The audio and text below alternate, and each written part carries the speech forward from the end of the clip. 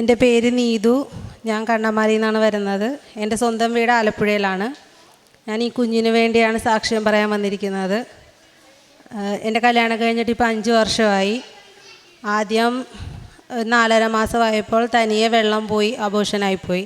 രണ്ടാമത്തെ പ്രാവശ്യം സ്റ്റിച്ചിട്ട് bed rest ആയിരുന്നു. പക്ഷേ 4.5 മാസമായപ്പോഴേക്കും ബ്ലീഡിങ് ആയി, അതും അബോർഷനായിപ്പോയി. പിന്നെ എൻ്റെ അമ്മ ഇവിടെ കൊണ്ടുവന്ന് ഉടമ്പടി എടുത്ത് 3 മാസം കഴിഞ്ഞപ്പോൾ ഉടമ്പടി പുതുക്കാൻ വന്നപ്പോൾ അച്ഛനെ കണ്ട് അച്ഛൻ ലേപനം തന്നിട്ട് വയറ്റിൽ തടകി വിശ്വാസ പ്രമാണം ചൊല്ലി പ്രാർത്ഥിക്കാൻ പറഞ്ഞു. പിന്നെ അടുത്ത വർഷം കുഞ്ഞുമായിട്ട് വന്ന് ഇവിടെ സാക്ഷ്യം പറയണമെന്ന് പറഞ്ഞു. അത് കഴിഞ്ഞൊരു 5 മാസം കഴിഞ്ഞപ്പോഴേക്കും വീണ്ടും പ്രഗ്നൻ്റ് ആവുകയും ഹോസ്പിറ്റലിൽ എറണാകുളത്ത് ലക്ഷ്മി ഹോസ്പിറ്റലിലാണ് കാണിച്ചത്. രണ്ടാമത്തെ പ്രാവശ്യം ഭയങ്കര സീരിയസ് ആയിരുന്നു. ബെഡ് റെസ്റ്റ് തന്നെയായിരുന്നു, ഒരുപാട് കഷ്ടമായിരുന്നത്.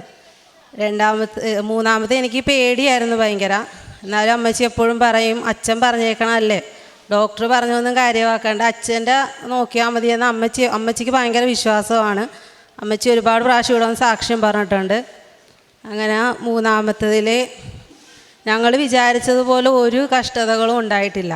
ഞാൻ അങ്ങോട്ട് ചോദിക്കും ബെഡ് റെസ്റ്റ് എങ്ങനെയാണെന്നൊക്കെ ചോദിക്കുമ്പോൾ ഡോക്ടർമാർ പറയും ബെഡ് റെസ്റ്റിൻ്റെ ഒന്നും ആവശ്യമില്ല എന്ന് പറയും. എന്നാലും ഞാൻ ബെഡ് റെസ്റ്റ് ആയിരുന്നു. പേടിയുണ്ട്, 2 പ്രാവശ്യം ഇങ്ങനെ ആയത് കാരണം ബെഡ് റെസ്റ്റ് ആയിരുന്നു. പിന്നെ ഡോക്ടറിൻ്റെ കാര്യത്തിനായാലും ഞങ്ങളെ നോക്കിയിരുന്ന ഡോക്ടർ ഞാൻ പ്രഗ്നൻ്റ് ആയപ്പോൾ ഹോസ്പിറ്റലിൽ ഇല്ലായിരുന്നു. സ്റ്റിച്ച് ഇടണ സമയമായപ്പോഴും ഞങ്ങൾ പ്രാർത്ഥിക്കുമായിരുന്നു, ആ ഡോക്ടർ ആയിരുന്നെങ്കിൽ എല്ലാ കാര്യവും ഞാൻ ആദ്യം മുതൽ കാണിക്കുന്ന ആ ഡോക്ടറിനെയാണ്. അപ്പോൾ വേറൊരു ഡോക്ടറിൻ്റെ അടുത്ത് ചെല്ലുമ്പോൾ ഒന്നേന്ന് മൂലം എല്ലാം തുടങ്ങണം.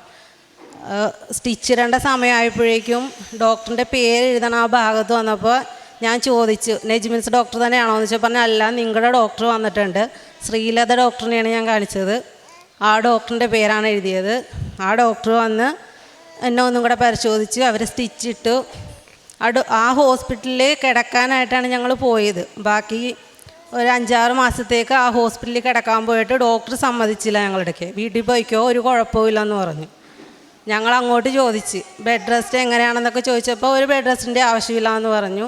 8 മാസമായപ്പോഴേക്കും സ്റ്റിച്ച് എടുത്ത് ഞാൻ അടുക്കളയിൽ എൻ്റെ നാത്തൂൻ്റെ കൂടെ നിന്നപ്പോഴേക്കും പെട്ടെന്നൊരു തലകറക്കം വന്ന് റൂമിലേക്ക് പോകുന്ന വഴി 2ാമത്തെ സ്റ്റെപ്പ് കയറിയപ്പോൾ ഞാൻ തലകറങ്ങി വീണ്, താഴ്ചേരിക്ക് വീണ്.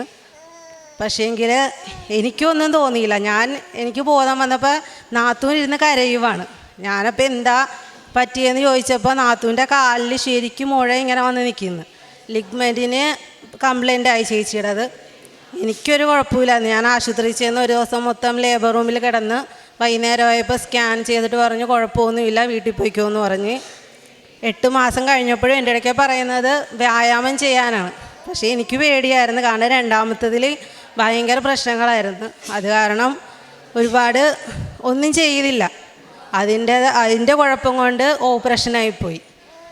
ആ ഒരു വലിയൊരു അനുഗ്രഹം അമ്മ തന്ന്. ഒരിക്കലും വിചാരിച്ചില്ല ഇത്രയും. ഞങ്ങൾ പേടിച്ച് നിന്ന കാര്യങ്ങളെല്ലാം വെറുതെ നിസ്സാരമാക്കി തന്നു. പിന്നെ കുഞ്ഞ് ജനിച്ച് ഫെബ്രുവരി 13-ാം തീയതിയാണ് കുഞ്ഞ് ജനിച്ചത്. എല്ലാവരും കാണുമ്പോൾ പറയും കൃപാസനം മാതാവിൻ്റെ മകളാണ്, ചോദിച്ച് മേടിച്ചതാണെന്നൊക്കെ പറയാറുണ്ട്. പിന്നെ കുഞ്ഞിൻ്റെ ദേഹത്തും ഒരു 3 മാസമൊക്കെ ആയപ്പോൾ ഒരു ചുവപ്പ് കളറിൽ കുരുക്കൾ പോലെ തടിച്ച് വന്ന് രാത്രി ഒട്ടും ഉറങ്ങാൻ പറ്റണില്ല. ഭയങ്കര അസ്വസ്ഥതയായിരുന്നു, ചൊറിച്ചിലൊക്കെ വന്നിട്ട് ഉറങ്ങാൻ പറ്റാതായപ്പോൾ ഞാൻ പറഞ്ഞു എന്തായാലും ഞാൻ കൃപാസനത്തിൽ വന്ന് സാക്ഷ്യം പറയാൻ വരുന്നുണ്ട്, അപ്പോൾ ഇതിനൊരു കുറവ് കൂടെ തന്നു കഴിഞ്ഞാൽ ആ സാക്ഷ്യത്തിൽ ഇതും കൂടെ ഉൾപ്പെടുത്തിയേക്കാമെന്ന് പറഞ്ഞു. പിറ്റേ ദിവസം രാവിലെ ആയപ്പോൾ ആ ചുവപ്പില്ല, നല്ല ഭേദമായിട്ടുണ്ട്. ചുവപ്പ് കളർ മാറി ചെറിയൊരു കുരുക്കൾ പോലെ ഉണ്ടായിരുന്നുള്ളൂ. ഈ എല്ലാ അനുഗ്രഹങ്ങൾക്കും മാതാവിന് നന്ദി പറയുന്നു. സ്നേഹം നിറഞ്ഞവരെ, 91-ാം സങ്കീർത്തനത്തിൽ കർത്താവിൻ്റെ സംരക്ഷണവും അതുപോലെ തന്നെ എങ്ങനെയാണ് ദൈവഭക്തനായ ഒരു വ്യക്തി ദൈവത്തിൻ്റെ സംരക്ഷണത്തിൽ നിലകൊള്ളുന്നുവെന്നും വളരെ പ്രകടമായിട്ട് നമ്മൾ മനസ്സിലാക്കുന്നുണ്ട്. നീതു എന്ന സഹോദരി തൻ്റെ ഉടമ്പടി ജീവിത സാക്ഷ്യം പങ്കുവയ്ക്കുമ്പോൾ ഉടമ്പടി പത്രികയിൽ എഴുതിയിരിക്കുന്ന വചനഭാഗവും 91-ാം സങ്കീർത്തനമാണ്. കർത്താവിൻ്റെ സംരക്ഷണത്തിൽ അടിയുറച്ച് വിശ്വസിച്ചുകൊണ്ട് ജീവിതം മുന്നോട്ട് കൊണ്ടുപോകുമ്പോൾ ദൈവികമായിട്ടുള്ള കൃപയുടെ ആഴങ്ങളിലേക്ക് നമുക്ക് എത്തിച്ചേരുവാനായിട്ട് സാധിക്കുന്നു എന്നുള്ളതാണ്.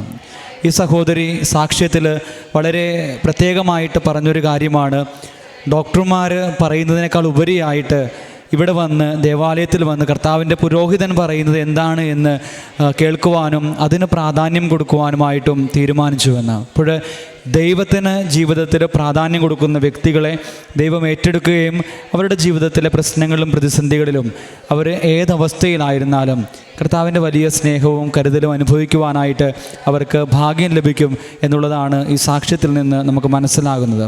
ഈ കുടുംബത്തോട് ചേർന്ന് നിന്നുകൊണ്ട് ഇവരുടെ ജീവിതത്തിൽ പരിശുദ്ധ അമ്മയും തിരുക്കുമാരനും ചൊരിഞ്ഞ എല്ലാ അനുഗ്രഹങ്ങൾക്കും കൃപകൾക്കും നമുക്ക് നന്ദി പറയാം. ഇരു കരങ്ങളും അടിച്ച് ദൈവനാമത്തെ മഹത്വപ്പെടുത്താം. അത്യപൂർവ ദൈവാനുഭവങ്ങൾ ഇനി നിങ്ങൾക്കും സ്വന്തം.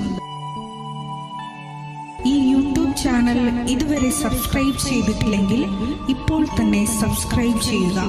ഈ വീഡിയോ ഇപ്പോൾ തന്നെ നിങ്ങളുടെ സുഹൃത്തുക്കൾക്ക് ഷെയർ ചെയ്തുകൊണ്ട് കർത്താവിൻ്റെ പ്രേക്ഷിതരാകുക.